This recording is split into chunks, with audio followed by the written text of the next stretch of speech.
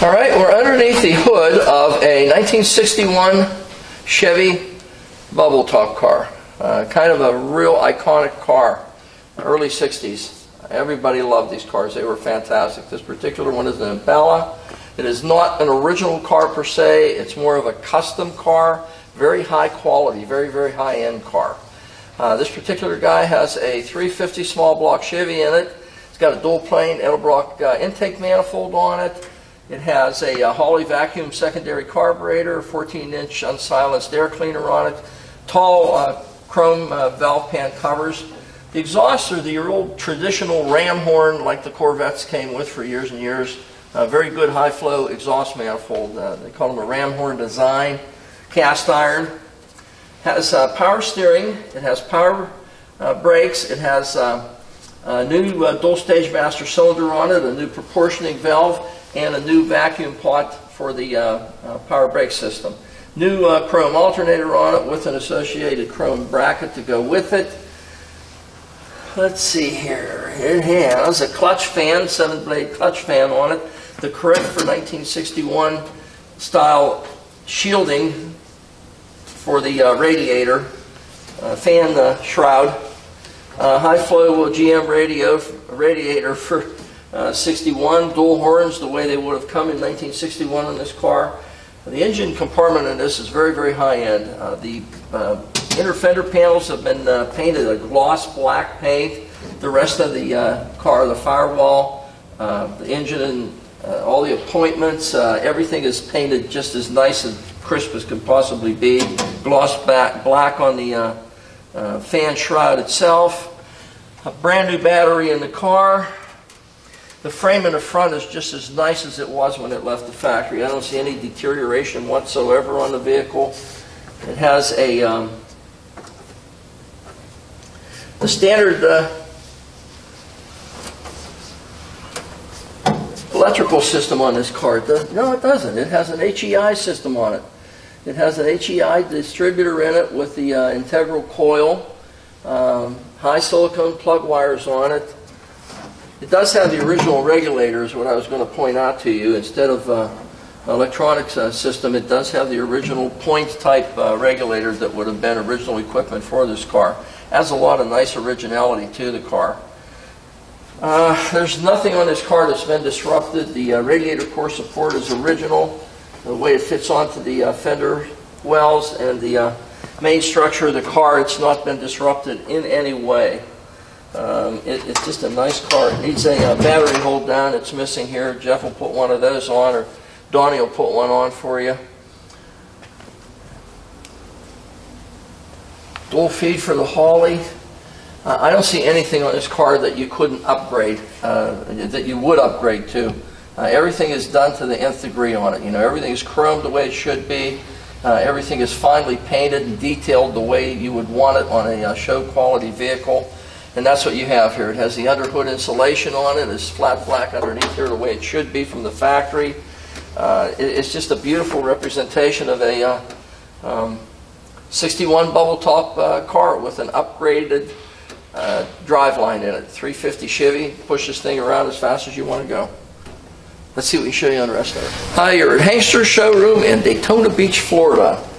And today we have a 61 Chevy bubble top. Real iconic car. Everybody liked bubble top GM cars in the early 60s. And this is a nice representation one. It's more of a show car than it is a normal everyday driver. We're going to go over it with you and show you how nice this thing actually is. Fitment of the hood. Again, look at this. You cannot get it to fit any better than that. That's an 1/8 of an inch across the front. Nice fitment to the fenders. 1/8 of an inch on this side. Paint is really that deep. It just has a real deep luster to it. No orange peel, no deviations. I don't see any dingies whatsoever on the hood itself or imperfections in the finish. Chevrolet designation across the front. It had these big old swept back fender mounts on the front of it also. Impala designation. They used the Corvette flags back then to designate the Chevy Impala, differentiated from the rest of the product line.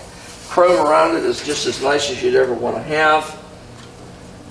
Whole way around the headlight bezels, the same way. The chrome on them is just sweet as you'd ever want to have. Yeah, all four of them. The anodization on the grill itself, still original and nice as can be. I don't feel any dents or dingies from stones being chipped up through the years and kicked up, and just as nice as you'd ever want to find. Bumper fitment. That is spot on, especially for a 61. You're not going to find a bumper fit any better than that guy does. Across the front the same way. And the chrome is really nice on it. And again, there's no marks from some idiot putting his feet up on it through the years. The chrome is just as nice and crisp as you'd ever want to find. This car's been lowered a little bit, probably a lot because of its tires and wheel combination, but it does sit a little lower than a conventional Impala would. Again, the front valance underneath the bumper, from what I can see without laying down, is just as nice as you'd ever want to find. I don't see any pulls or deviations. It still has its license plate mount area still intact in the front, which is like an anodized aluminum flat black area. Front of this car is just as straight and nice as you could possibly ever hope to find one. And again, you can see the finish on this thing. This is not standard old paint put on a car. It's not driver quality at all. It's certainly much above that. Nice car. Very nice car in the nose. You got your Impala designation in the front, which is nice and clear yet. The plastic hasn't deteriorated or cracked at all. And even the chrome around it, even underneath it, is just nice. There's no patina whatsoever on it. Great front end. Let's do driver's side. Okay, driver's side of our 61 bubble top. Again, you can see the paint on this car is just absolutely beautiful. Tin, no Bondo. Side mark. Trim on it is just as nice and tight fitting as you'd ever want to hope to find. The door fitment, you can see that from the front fender to the rocker panel to the door itself, just as sweet as you'd ever want to hope to find. Trim around the front window, and these are a dog leg type window. There's a lot of glass in the front of this guy. No marks on this whatsoever. It is not a tinted windshield or side windows. It's just crystal clear glass in this guy. It has the correct wiper arms, incorrect blades. These should be polished stainless as opposed to an argent aluminum type material. But it does have the correct arms that go with it. Rear view mirror correct for the year. Trim around the wing area, which is usually deteriorated some and a lot of patina on it. This one has none. I don't feel anything whatsoever.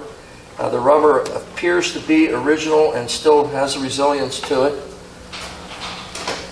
The roof is that deep with paint again. It looks like it's wet actually. The paint's so smooth on it. Drip rail. Not a single deviation, not a single mark. And these windows back in this era had chrome trim around it. It wasn't just a plain piece of glass, or it didn't have just a stainless mating area. These particular guys had chrome. And the chrome on this thing is just exemplary. It couldn't be any better. The windshield, or the wiper whiskers, just as nice as you'd ever want to find. You're not going to find them any better than that. Appears to be brand new door handles because the chrome is as deep as the paint on this thing. Really, really nice. Paint on the side of the car. I don't feel any dingies or marks or dingies or dents or anything whatsoever in it. Nice door fitment. White accent stripe down the side of it. Really sets this car off, you know. It really, really sets it off with the white and red interior and white and red exterior. Gas filler door. Fitment is just as nice as you'd ever want to find. Quarter panel. Getting ahead of myself here. Let's do the back window. Trim around the back window. Not a single deviation, and it's just as nice as can be.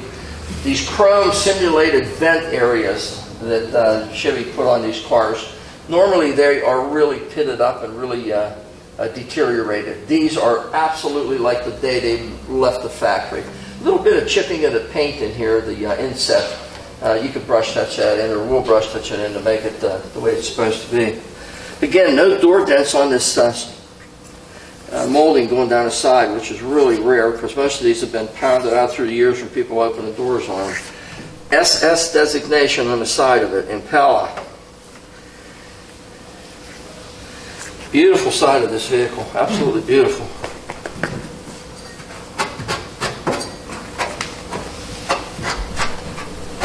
Tin. 18s in the front, 20s in the back. Four-wheel ventilated disc brakes on this guy, so you know it's going to stop the way you want it to. It's just a great looking bubble top 61 show quality Impala. And this particular guy, we're going to open the trunk here for you in a minute. Normally I don't get excited over radios, and normally I just call them a Mickey Mouse radio, but this is no Mickey Mouse radio. This is thousands of dollars worth of sound system in this. You can see some of the speakers on the hatch shelf in the back themselves.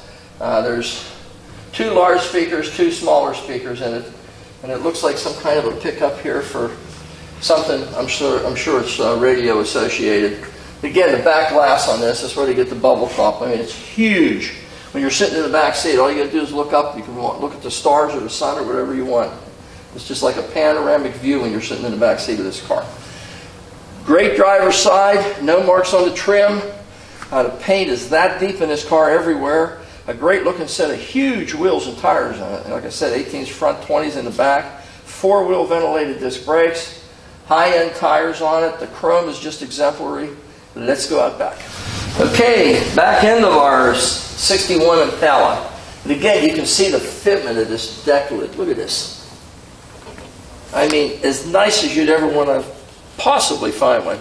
See how the trim lines up, and the trim that comes down the side, it goes right around and completes a complete circle on the front of, or on the back of this vehicle. Look at the fitment, lined up as possibly as nice as can possibly be. 1/8 of an inch the whole way around, and again, the finish on this thing is that deep. It doesn't have any marks or chips or deviations that I can see anywhere in the paint, the fit and finish on this vehicle. 6 tail lights, huh? How about that?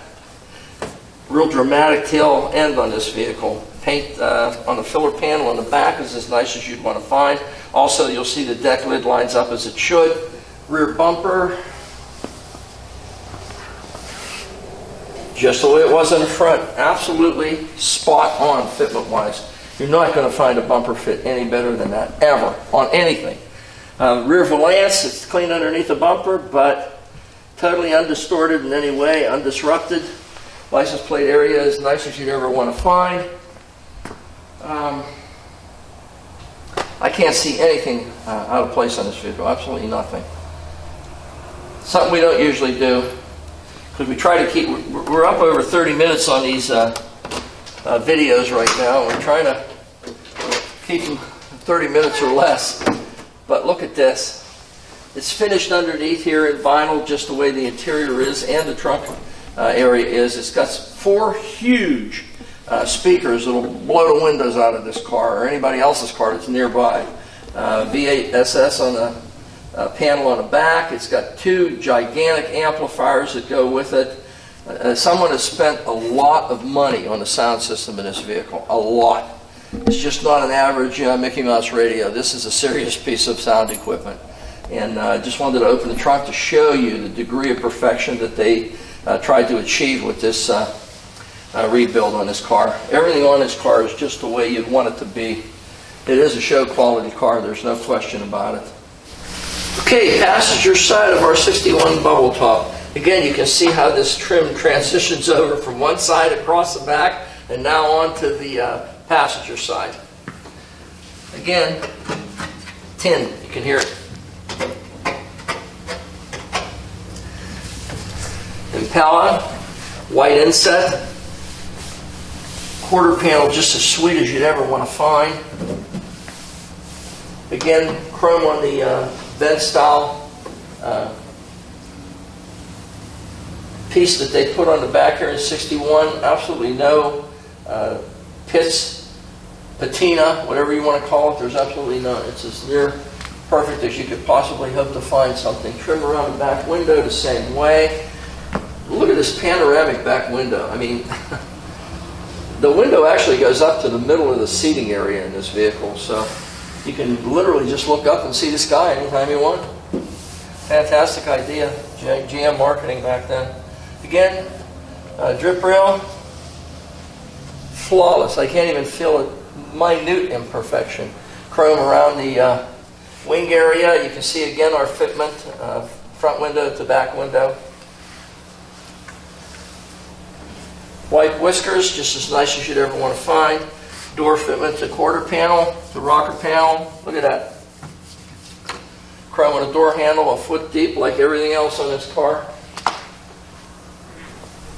No mirror on this side. I'd have to add that if I was going to drive it myself all the time. Can't drive without a right-hand mirror. Must be just me. Trim around this front window, absolutely flawless. So all the trim around this, all the stainless is all finely polished. It's just not the way it came from the factory. It's finely polished to look like chrome.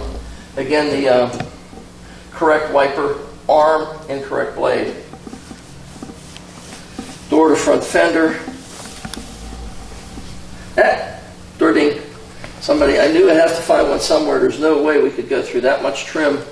That's figure 20, 40, 60, 80 feet of trim, pretty close anyway, 75 anyway, and without a ding. There is a little door ding on this one right here. You certainly would not try to replace that or to try to fix it. Door to front fender, to rocker panel. Look at that. Somebody spent a lot of time, a lot of money on this guy. Same thing up here, tin. And we're back where we started. It's not an average car. It's not an inexpensive car either.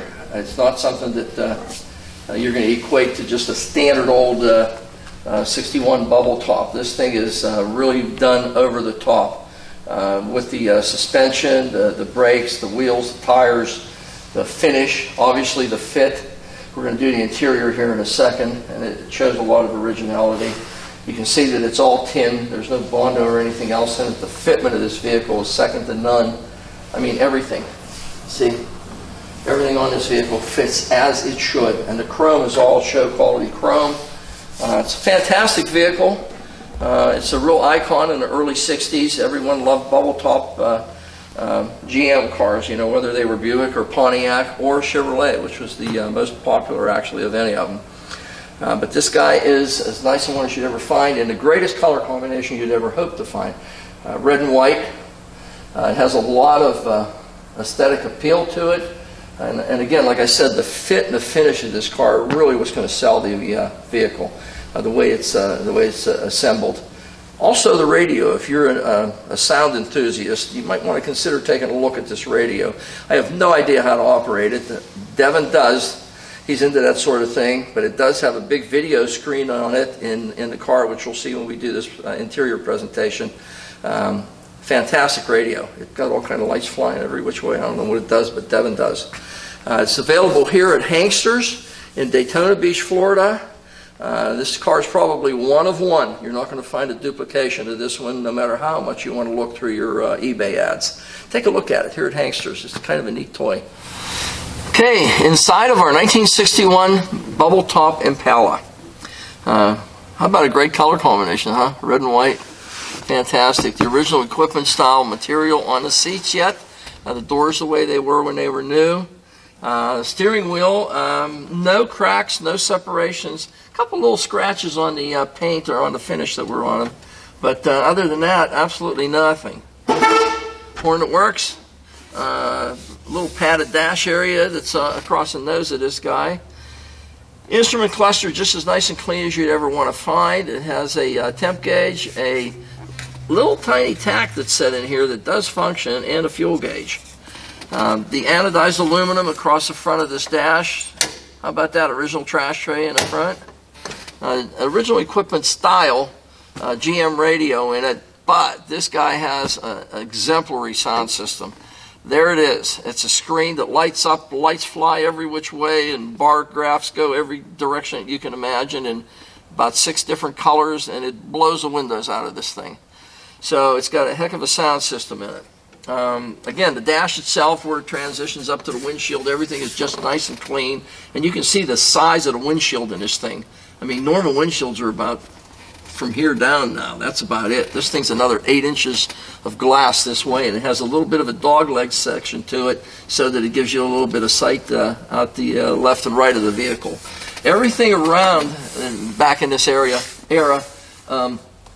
they used either chrome or polished stainless to trim around the inside of their upgraded vehicles, you know, Impalas and GTXs and whatever in the 60s. And this guy got all the bright trim around the rear window, sides of the vehicle, and your windshield posts. All just as nice as the day it was made.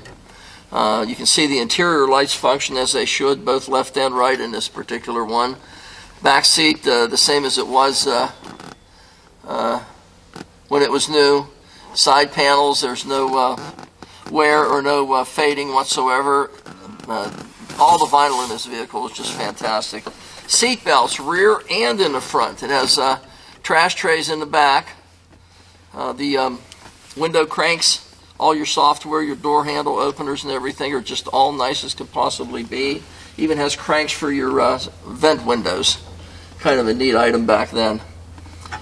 The chrome trim on the center of the steering wheel, your cross flags for the Chevy Impala, just as nice and crisp as the day they were new. All the knobs on the dash the same way.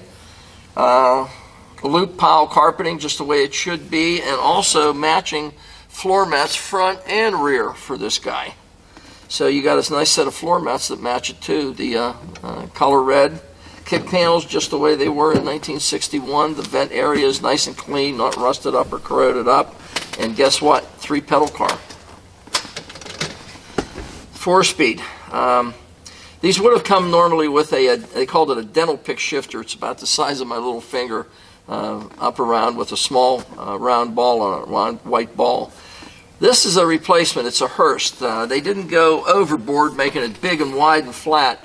It still appears to be a dental pick when you first look at it, but it's just a little bit fatter, a little stronger through the midsection. And of course, it has the Hurst size white ball on it. But when you first see it, you could swear you're looking at the original dental pick shifter in it. Grab rail in the front the way the Impalas came. Of course, a glove box. Headliner, nice and tight and white to match all the white trim in the vehicle. Nice padded seat. It's not caved in or anything. This car's as nice on the inside as it was on the outside, and it has a great color combination, nice contrast with the red and white interior to match the red and white exterior of this vehicle.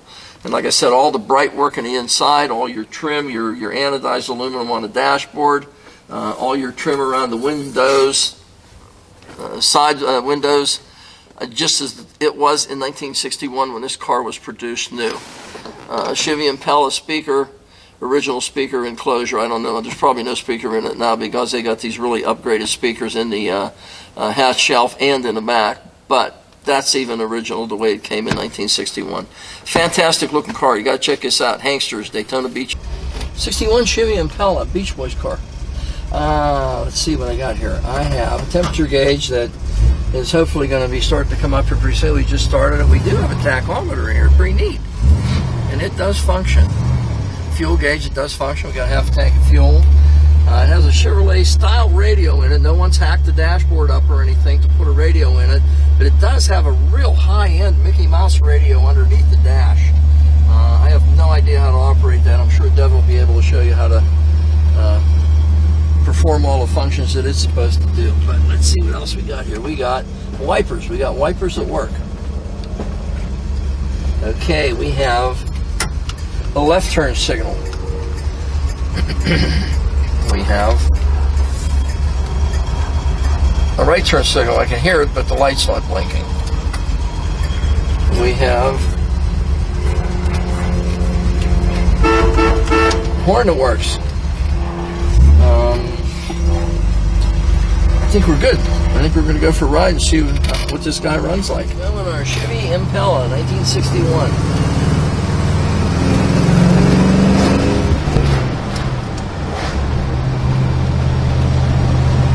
Well, it goes down the road straight enough. I mean, there's not an issue with it Let's see, everything pulls on this side, but we'll try.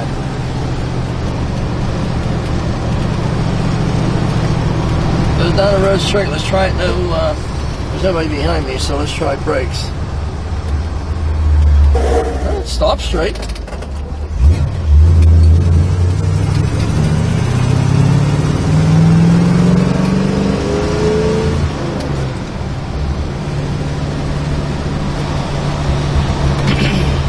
Nice straight running car.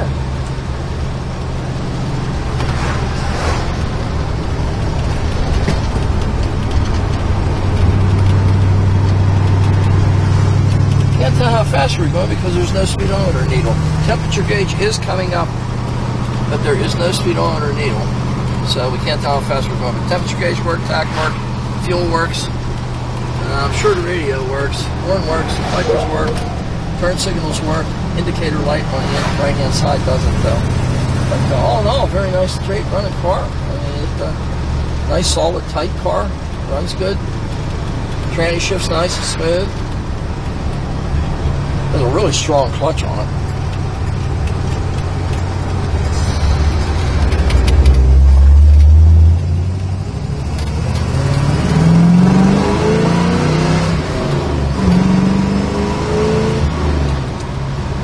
Catching up with Harley Angel here, so we'll have to slow down a little bit.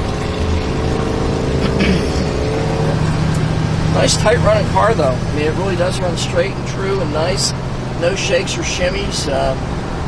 Strong clutch in it, very, very strong. High pressure clutch in it. Shift's nice and smooth shift, no grinding or anything in the gears. And steering wheel straight, goes down the road straight as an arrow. You can't argue with that.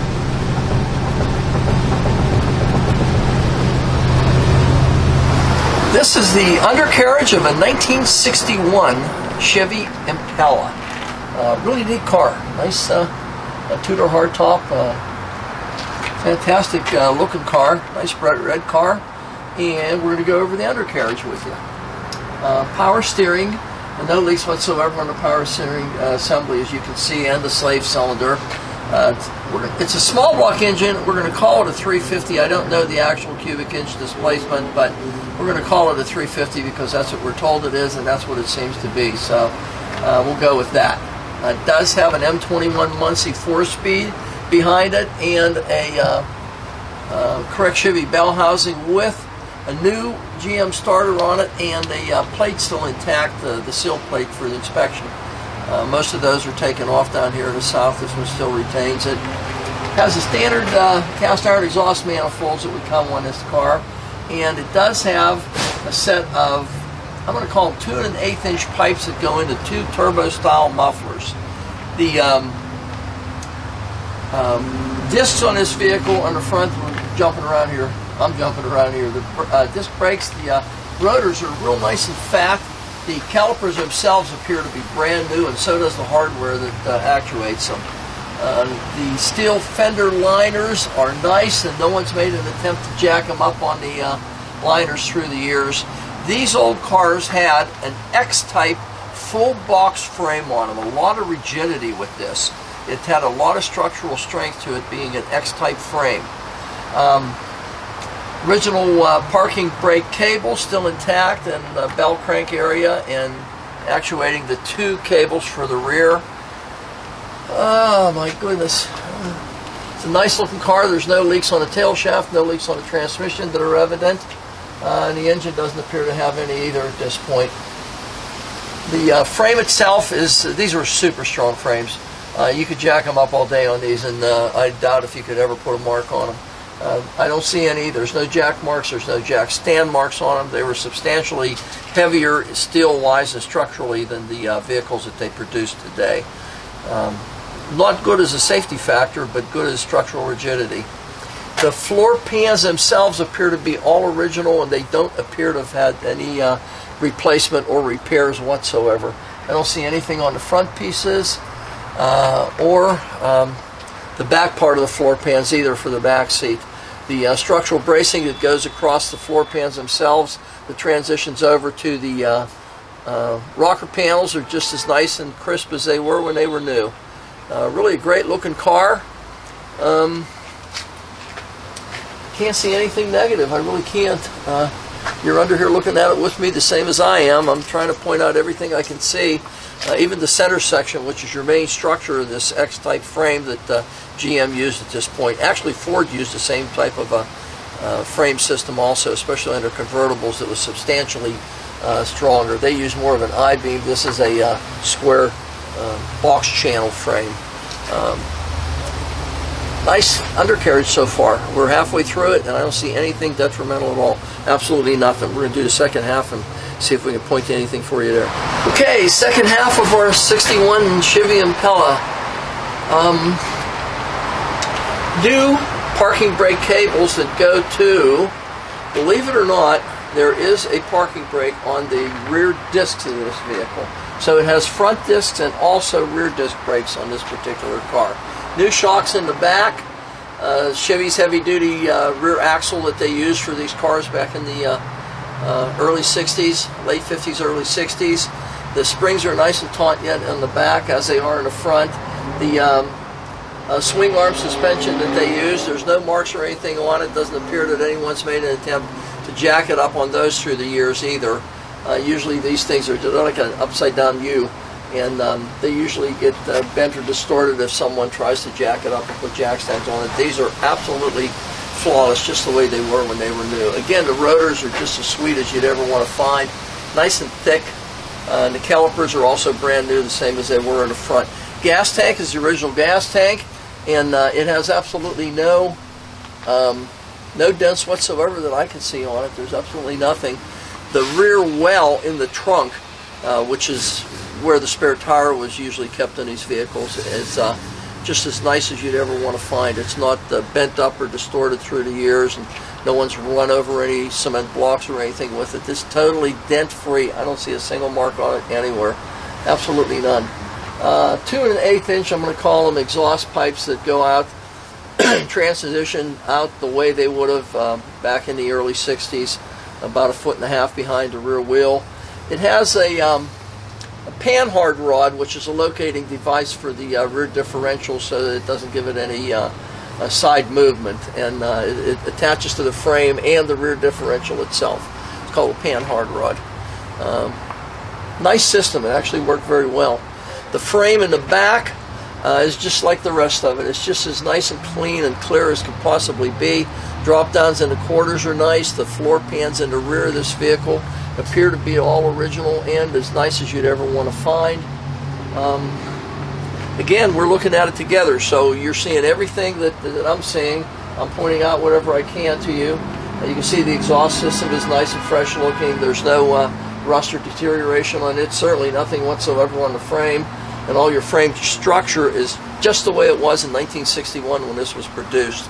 There's no jack marks on it or no points of any indication that it's ever been bent or twisted or marked in any way. Floor pans the same way. They don't have any dents or marks or anything from someone trying to jack them up inadvertently on the floor pans themselves. Again, the driveline, you can see there's really not any leakage whatsoever that's evident. It's a nice car underneath. It's a Beach Boys era, 1961 Chevy Impala, in a great color combination, which we'll see from our floor presentation on it. And Devin and I are going to take it for a ride right now and see what it runs like, because it does have a 4-speed M21 Muncie.